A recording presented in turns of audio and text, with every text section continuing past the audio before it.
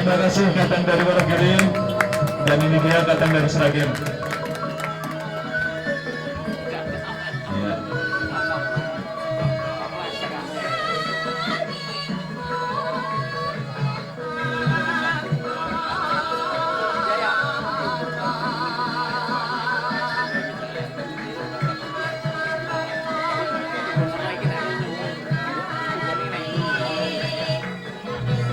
Ya.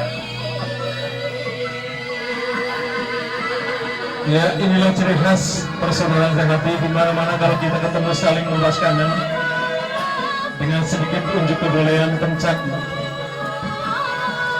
sekedar sebagai bentuk rasa persaudaraan.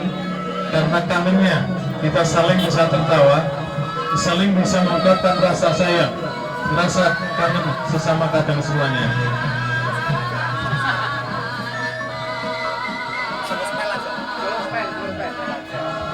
Oh ya, enggak dilanjutkan. Ya, terima kasih.